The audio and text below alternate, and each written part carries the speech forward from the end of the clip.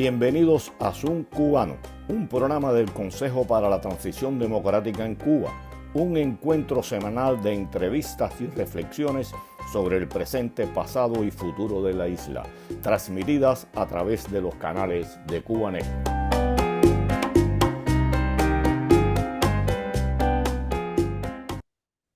Muy buenas tardes tengan todos y bienvenidos a esta nueva emisión de Zoom Cubano. Que me acompaña como siempre desde Madrid mi amigo y colega Hernán Alberro, y desde acá, desde Miami, les habla Pedro Acosta Peña. ¿Qué tal, Hernán? ¿Cómo estás? Muy bien, Pedro, ¿cómo estás tú? Aquí bien, con un poco de frío. Tú sabes que los cubanos cuando está haciendo 20 grados ya estamos con abrigo, pero bueno, ayer bajó a 15. Vamos a hablar hoy de un tema que tiene que ver mucho con Martí, y un poco hemos hablado y vamos a seguir hablando de Martí durante estos meses, y es el humanismo en él. Pero para hablar de Martí, para hablar de humanismo, creo que hay que hablar de dos cubanos. Uno de ellos es Martí y el otro es el padre Félix Varela. De Martí se habla mucho, como hemos dicho, pero en versos, en frases, en bustos. Y como dijimos el otro día, realmente a Martí los cubanos no lo conocemos. Los cubanos no conocen el pensamiento del Martí.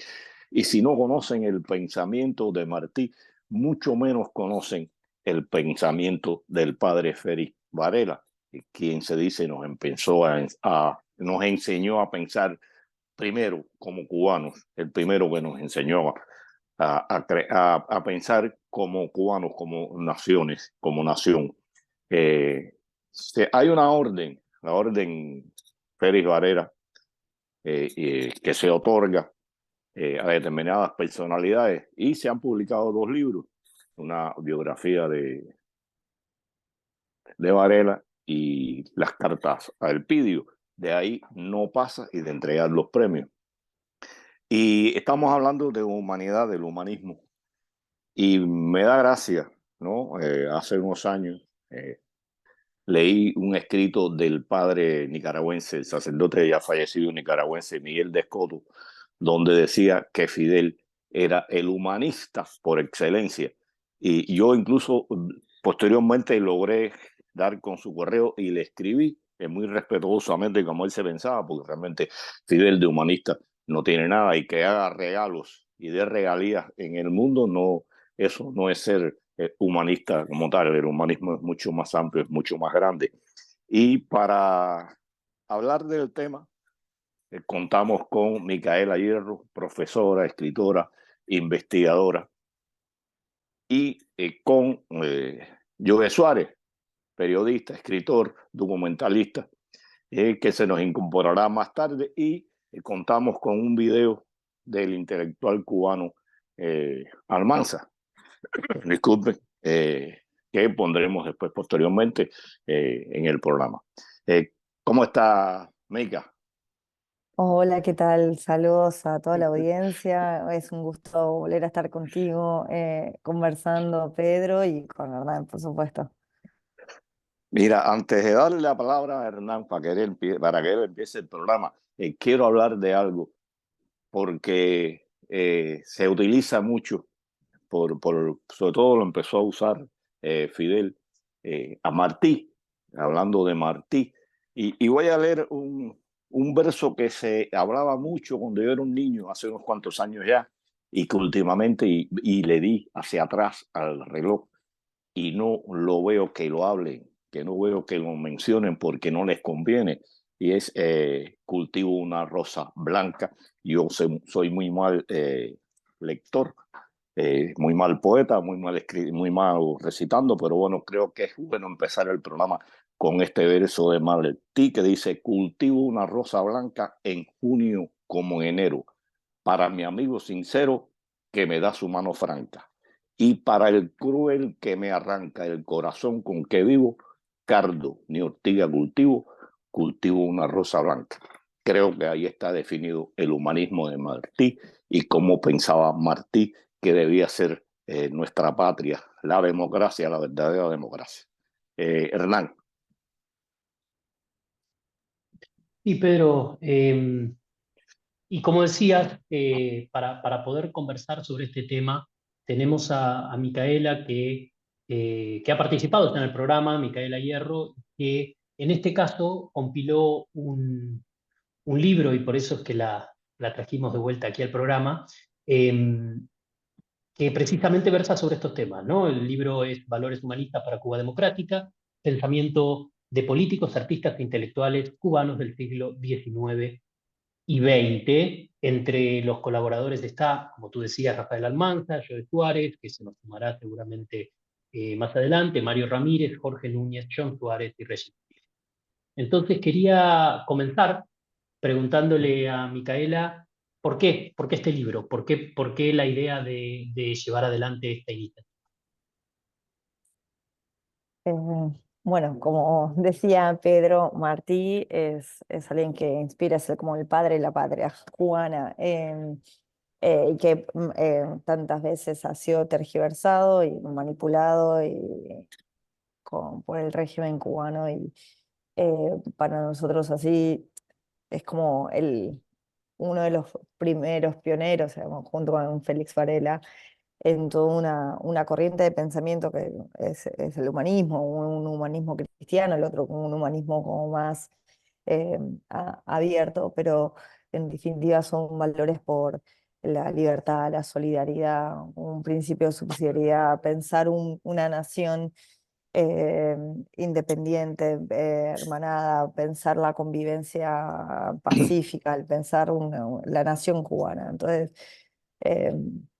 eh, hicimos esta convocatoria a ensayos con estos valores, que bueno, digo, los del siglo XIX como, son Varela y Martí, pero no quedar ahí, sino también los del siglo XX y llegar hasta incluso autores y estar abiertos a gente que aún esté abierta, como fue el caso de Bizet. Joe Suárez postuló con un ensayo sobre Bizet, que de alguna manera encarna hasta el día de hoy, porque es uno de los autores que está recordado y nombrado en el libro, pero está aún en vida y está aún en la isla.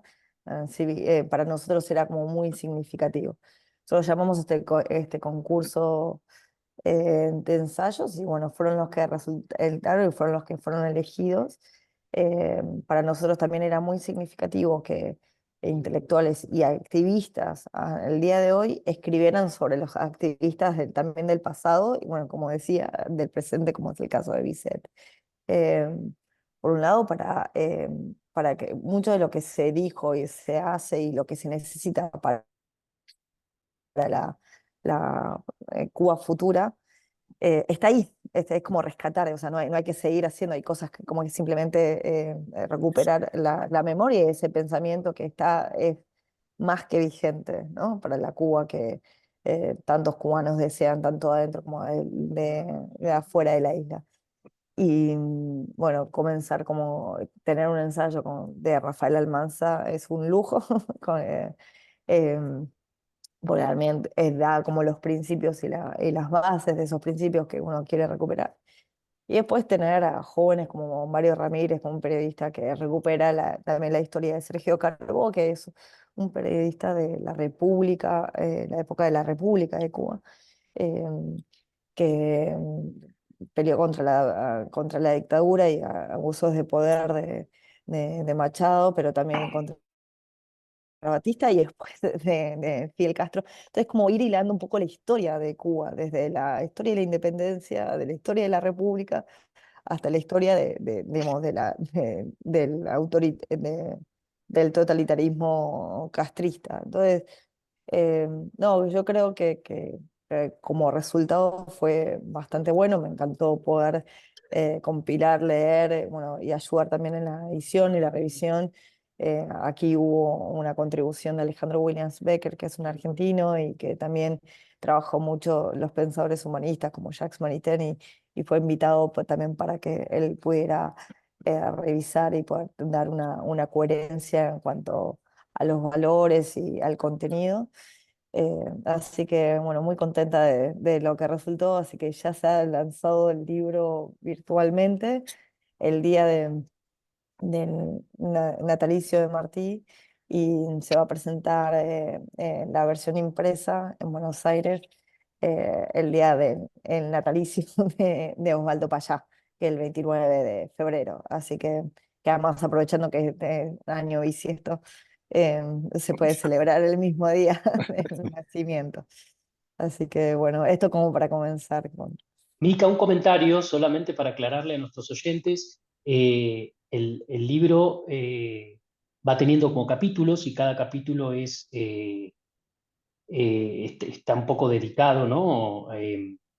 A estas personas que me gustaría mencionar, a estos intelectuales, a estos fundadores de ese pensamiento humanista cubano, Félix Varela, José Julián Martí, por supuesto, José Martí, Sergio Carbó, que lo mencionaba recién, José Ignacio Rasco, Osvaldo Payá y Oscar Elías Bisset, que como tú comentabas, bueno, aún vive y está en la isla, todavía haciendo activismo y trabajando. Mica, pregunta sencilla, ¿dónde se puede encontrar el libro? Para quien nos está escuchando y se lo quiera descargar, comprar. En el micrositio que Cultura Democrática tiene para todo el proyecto de memoria y cultura en Cuba, que es cuba.cultdemocratica.org. Allí van a encontrar en la sección de memoria, libro humanismo, ahí lo descargan. Pueden descargar otros libros o visitar otras entrevistas. Ahí aprovecho también para promocionar la página que de este proyecto de cultura democrática busca siempre rescatar las distintas iniciativas de la sociedad civil cubana eh, y siempre que sea material útil para la acción actual de quien lucha por la democracia y la libertad de Cuba. Mira, pienso que es un momento muy oportuno de que haya salido el libro. Humanismo y democracia es muy necesario en Cuba. Pienso que desde el mismo año 1959, este personaje que habla tanto de Martí y lo acusa incluso de ser el autor intelectual de algo tan, tan violento como el asalto al cuartel Moncada, inculcó el odio en el cubano, inculcó el odio entre la familia, incluso abandonar el país, pensar diferente, era malo, se hizo dueño de la verdad absoluta, fusiló, condenó, desterró. Es increíble toda la historia de la violencia, del no aceptar el pensamiento distinto, diferente, que ha venido lastrando a la sociedad cubana. Y en estos momentos la violencia en Cuba está como nunca. La violencia, los asesinatos de mujeres van cada día creciendo, las muertes en general, nuestra patria está bajo una ola de violencia increíble, robos, asesinatos, asaltos. Es muy duro lo que está sucediendo y es el fruto o el mal fruto de todo lo que se ha cultivado en la patria, y pienso que es un momento muy importante de que haya sido lanzado el libro. Y vamos a tocar el tema. Fidel nunca ha sido humanista. Fidel fue un ególatra, un egoísta, un ambicioso que llevó a hecho todo aquello que él pensaba. Y vuelvo a repetir, humanismo no es que yo te regale un chocolate y después te des dos patadas. Humanismo es algo más grande, y pienso que Fidel y todos los que lo han seguido hay que oír y hay que ver lo que sucedió el 11 de julio, cómo este individuo que está al frente del país supuestamente lanzó a las tropas a la calle contra su pueblo. Es odio y desprecio lo que han sembrado Fidel y el Partido Comunista en Cuba, y es muy duro lo que está pasando, repito, en nuestra isla. Hernán, o tú algo que quieras decir con respecto a esto, Mica. No, sin duda Fidel nunca fue humanista. Él, bueno, siempre has recordado que estudió en un colegio jesuita, pero bueno, de ahí evidentemente mucho no aprendió. Eh, Humanista quiere decir, uno de los pilares es el principio de subsidiariedad, es un pilar de la doctrina social de la Iglesia, y y se olvidan de que es donde que el Estado no se tiene que inmiscuir, donde los cuerpos intermedios pueden resolver, o sea, la vida ciudadana puede resolver la convivencia en la sociedad. Entonces, donde hoy en día no hay cuerpos intermedios independientes, o sea, no hay sociedades, no hay escuelas, no hay universidades independientes que no sea del Estado. El Estado céntrico, todo el modelo del régimen instaurado por Fidel Castro, tan estadocéntrico, es totalmente opuesto al principio de subsidiariedad, viola sistemáticamente o sea, el principio de subsidiariedad, y eso es un pilar del humanismo. Entonces, humanista claramente no lo es y nunca aplicó ni un ápice de eso. Entonces, eh, el haber pasado por un colegio jesuita no te hace humanista, y el hablar y llenarte la boca por los pobres, sobre la alfabetización, etcétera, no te hace tampoco humanista.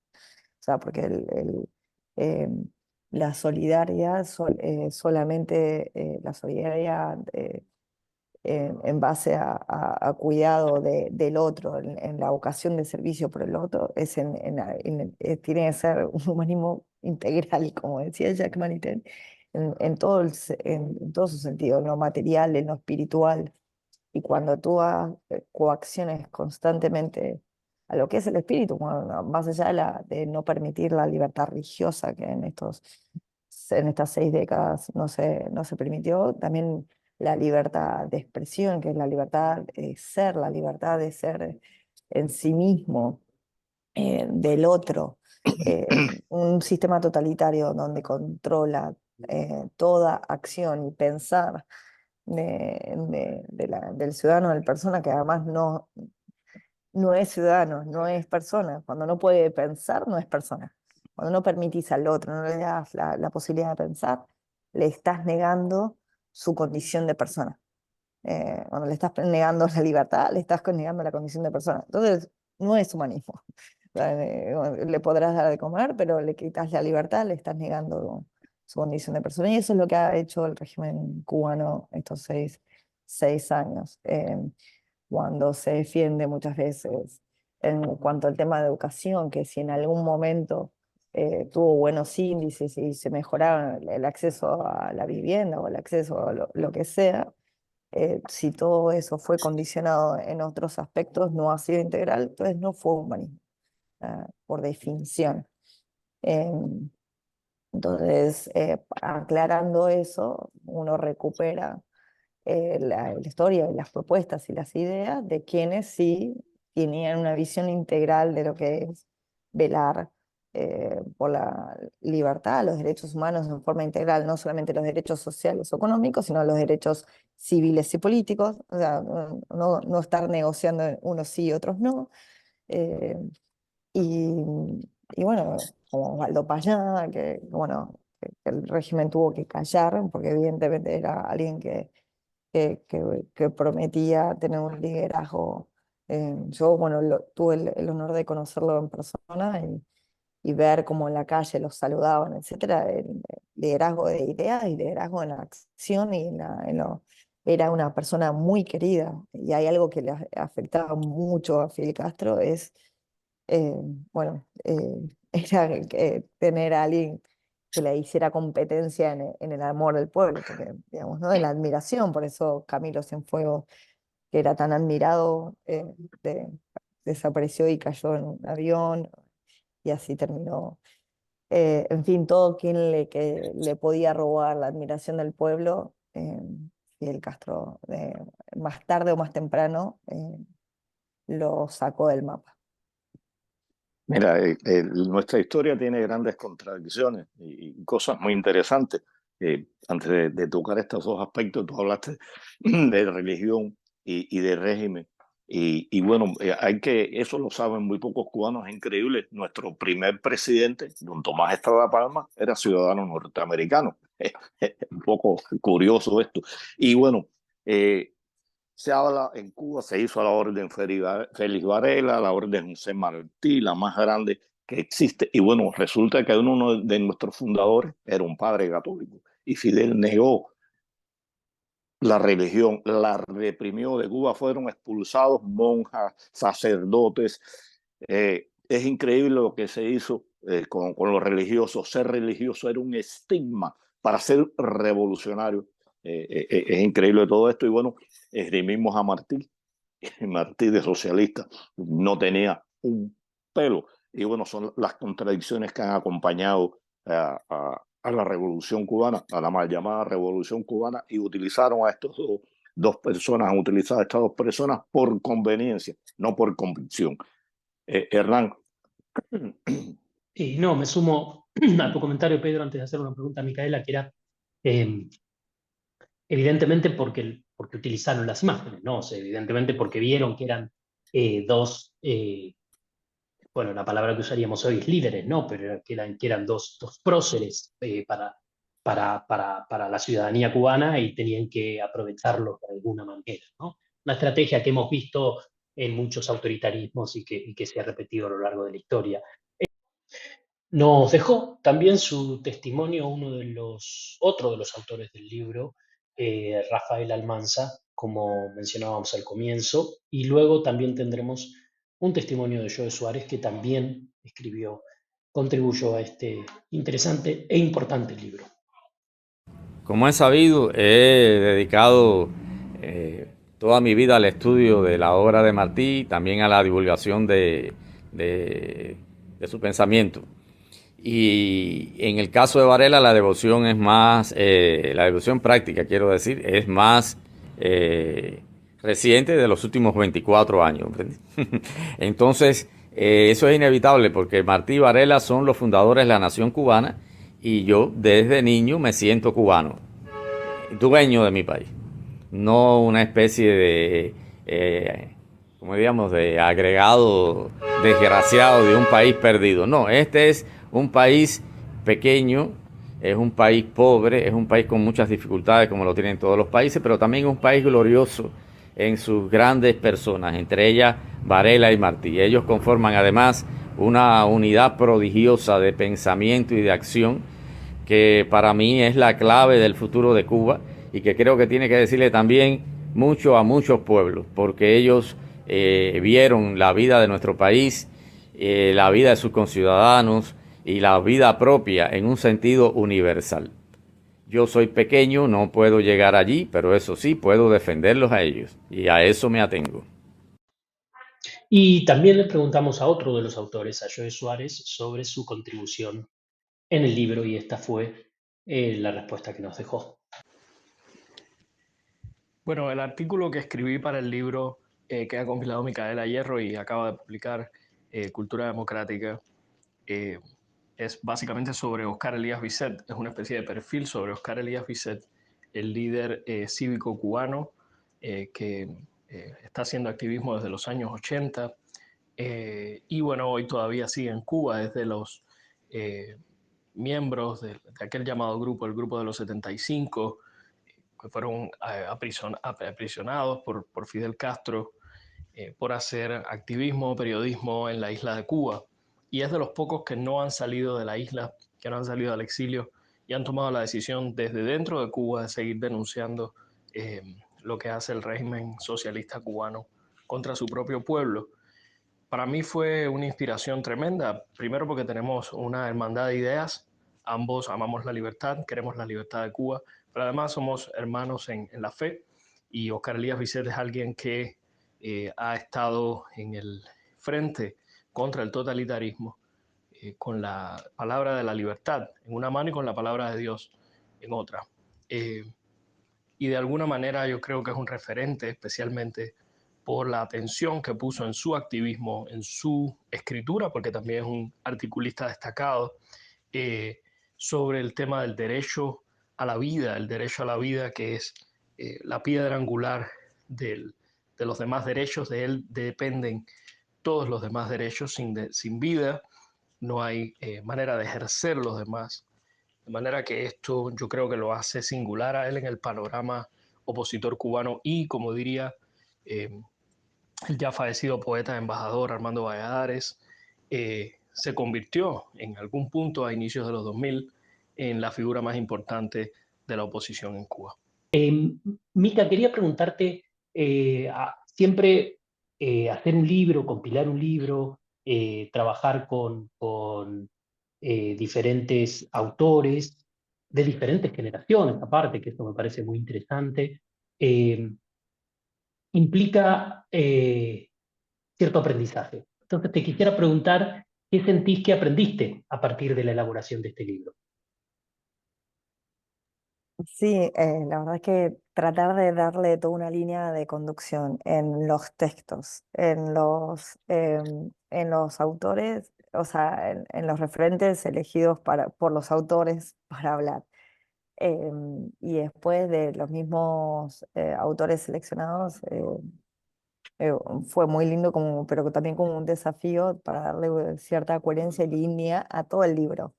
Em, lo que he aprendido realmente, bueno, por otro lado, que al final todo está como mucho más conectado de lo que uno piensa. Como vos decís, de la historia de Varela, es como que pues, han ido pasando la posta, ¿no? En cuanto, bueno, yo aprendí muchísimo de una figura como Sergio Carbó, digamos, el tema de, como el periodismo independiente que uno conoce en la lucha en los últimos 30 40 años en Cuba, y qué rol tan importante ha tenido para dar a conocer las noticias en un sistema totalitario donde no se dan a conocer la verdad, digamos, de la historia, y bueno, que ya ha pasado eso también en otros gobiernos autoritarios, distinto autoritarismo que totalitarismo, pero que esa lucha, ya ha habido otros testimonios así en la época de las repúblicas que, bueno,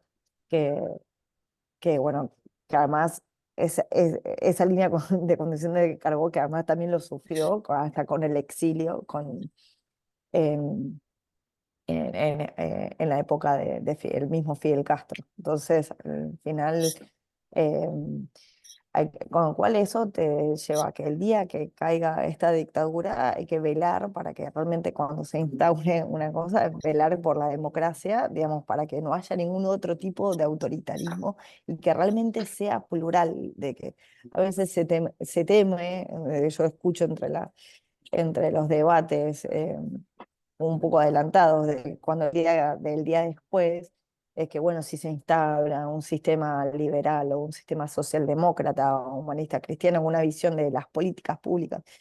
Y el tema es que se enriquezca las decisiones en el futuro Congreso de Cuba, futuro gobierno, las políticas públicas que se implementen, que tengan la visión de todos y que se haya un diálogo realmente para que se consensúe la mejor política para los cubanos y que haya contribución de las distintas corrientes ideológicas. Eh, entonces, veo que a pesar de que de autoritarismo y totalitarismo de distintas corrientes ideológicas han violado la libertad de expresión. Bueno, hay que velar para que el pluralismo, que es la base de la democracia, sea tal para que ninguna voz sea callada, que realmente puedan. Entonces, nosotros cuando promovemos la libertad de Cuba, y a veces uno abajo el comunismo, el socialismo, y ahí, digamos, el comunismo claramente viola sistemáticamente porque ya en su naturaleza ideológica tiene el germen autoritario. Por el socialismo per se, no hay, sobre todo socialdemócrata. Entonces, el diferenciar ese tipo de cosas, eh, bueno, uno busca esa apertura, de transmitir esa apertura que de diálogo. Transmitir esos valores para mí es importante. Em, digamos, también ver el tema del exilio constante. Bueno, Sergio Carbó, exiliado de Fidel Castro, bueno, Rasco, que había fundado el movimiento demócrata cristiano, bueno, después termina fundando el partido años después en el exilio. Ese tipo, ya en los 90, cuando se pensaba que era inminente la caída del régimen, porque al verse caído el muro de Berlín, ver que siempre estaba la esperanza también de cambio. Osvaldo Payá, hubo una esperanza de cambio. en todos los autores. Sergio Carbó tuvo la esperanza de cambio, digamos, Rasco tuvo la esperanza de cambio, o sea, y que todo su accionar era por esa esperanza de cambio. Que la esperanza nunca la tenemos que perder, porque, digamos, siempre falta un poco más para realmente llegar a la libertad, ¿no? Entonces, es alimentado de esa esperanza que se da realmente esa acción, que se inspira, el accionar ciudadano que movilizó, realmente Osvaldo Payá movilizó a muchísimos ciudadanos a lograr a que firmaran el proyecto Varela, pero también, como comentaba y lo pude ver, que movilizaba e inspiraba cariño y afecto por la ciudadanía que se acercaba y le decía gracias por lo que estaba haciendo, a pesar eh, de que el riesgo que podían estar si la seguridad del Estado los veía, ¿no? Digamos, entonces, eso. Y bueno, en el caso de Vicente también, él ahí es un testimonio vivo de alguien que, yo siempre digo que hay gente que se está activa, eh, tiene momentos de picos de, bueno, accionar, cuando reciben represión, por ahí están resguardados, pero ahí están siendo testimonios como de la lucha, los que pueden no se van de la isla para, para poder seguir pasando la posta a las nuevas generaciones, y eso es lo que apostamos, ¿no? De que las nuevas generaciones sigan inspirados por, en este caso, tanto por los autores como por los autores y los referentes que fueron desarrollados en este libro. Así seguir apostando para que sea inminente eh, la libertad de Cuba. Misma pregunta le dejamos a Joe Suárez y esta fue su respuesta. Bueno, si tuviera que responder a la pregunta de qué aprendí en el proceso de escribir este ensayo, aprendí que el sufrimiento es inevitable para aquellos que amamos la libertad. En Cuba yo experimenté algo de ese sufrimiento en Cuba con detenciones, secuestros, multas, amenazas de todo tipo. Pero veo que la entereza de Oscar Elías Bisset es una inspiración realmente. Pasó 11 años en la prisión en Cuba cuando no había ni internet, ni maneras tan, vamos a decir, sencillas, mucho más sencillas de denunciar, cuando no había un sistema de medios independientes tan extenso y tan activo como lo hay hoy. Y yo diría que entender que muchas veces no se entiende desgraciadamente, pero entender que la libertad de Cuba, en ese camino necesariamente el régimen va a hacer sufrir a aquellos que alzamos la voz, eh, yo creo que es necesario, y la vida de Oscar Elías Bisset nos enseña eso y nos enseña además a sufrir con entereza, a sufrir con entereza. Creo que eso es impactante, los lectores pueden verlo como él sufrió vejámenes de todo tipo. Eh, y se me parece su vida un poco a la de Martin Luther King, ¿no? Que también fue agraviado, fue detenido. Eh, Obviamente yo diría que salvando las distancias, porque el régimen totalitario socialista cubano es mucho peor que lo que ha podido ser cualquier administración estadounidense. En definitiva es un sistema que admite el contrapeso y balance de poderes y en el cual no ha habido nunca una dictadura, pero ciertamente hay paralelos, ¿no? Eh, Esa visión pura de cómo es una sociedad donde los hombres puedan vivir con la democracia por medio, eh, y está presente eso en ambas figuras. Mira, tú tocaste algo y surge la preocupación de que al darse un cambio en Cuba, eh, sustituyamos una dictadura de izquierda por una dictadura de derecha, y ahí está la mano de lo que volvemos a hablar de Dow, el daño generacional, el daño antropológico que ha causado la revolución entre los cubanos. Y pienso, yo tengo, como tú dices, la esperanza tiene que estar ahí, y la fe tiene que estar ahí, de que los cubanos podamos sentarnos en una mesa a discutir y a hacer una mejor república. Ejemplos de esto lo hay. Y ello se dio en la Constitución de 1940, donde en su constituyente confluyeron diferentes corrientes ideológicas, debatieron decentemente, hicieron una muy buena constitución para su época, que muchos dicen que no se aplicó. Sí se aplicó en muchas de sus partes. La Constitución de 1940 funcionó. Y es el ejemplo, creo, máximo de que sí nos podemos poner de acuerdo y hacer cosas buenas por el futuro de Cuba, porque Cuba debe vivir en paz. Cuba nunca ha tenido paz.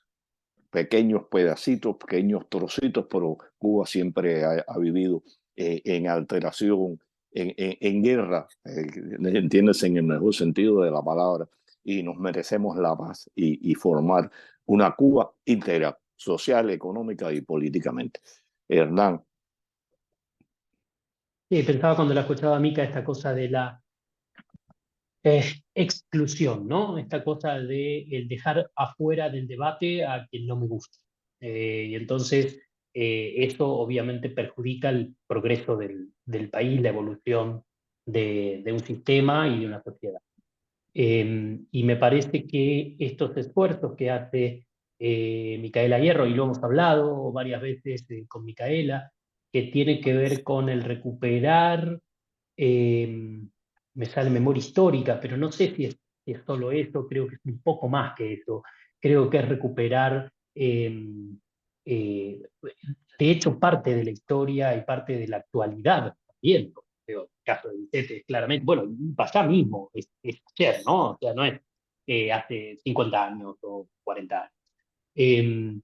Me parece que es un trabajo fenomenal, que espero que los cubanos y no cubanos sepan valorar y aprovechar, porque seguro es un aporte, una contribución al futuro pensamiento y al futuro desarrollo de Cuba. Pedro, tenemos que ir cerrando. Bueno, solo, Mica, algo que quieras agregar a lo que has expresado, ¿es algo que se te haya quedado en el tintero antes de pedir el programa? Nada, simplemente reforzar esta idea de que haya un diálogo intergeneracional. A mí me encanta que un joven como Joe Suárez rescata la memoria el testimonio de Bisset, que, digamos, de que incluso todo el diálogo entre exilio y exilio, digamos, John Suárez fue en su momento un joven cubano-americano que se involucró con la causa cubana, bueno, escribió junto con Regis la historia de Osvaldo Payá. John no lo conoció en persona y Regis sí, fue un hermano de lucha, pero ese rol importante entre los dos, ¿no? El que en su momento luchó a la par con Osvaldo. Y, a él, y la ayuda del exilio también, que lo ayudaba a levantar su voz en los foros internacionales, ¿no? Entonces, ese diálogo constante, exilio, la isla, diálogo intergeneracional, diálogo entre distintas ideologías, todo eso ayuda a la Cuba futura y a la Cuba libre, digamos, y es lo que deseamos, es lo que buscamos transmitir. Espero que los lectores lo bajen, lean y conozcan más la historia de estas personas, y que ayude a inspirarlos también a que todos los ciudadanos cubanos, estén donde estén, pongan su granito de arena eh, para esa Cuba democrática. Bueno, solo nos queda darle las gracias a Micaela por el libro y por su participación en este programa, asimismo a Joe Suárez y a Rafael Almanza, e invitar a nuestra teleaudiencia para el próximo sábado a las 5:30 por los canales de Cubanet para hablar del presente, el pasado y el futuro de la isla. Un saludo a todos, hasta la próxima.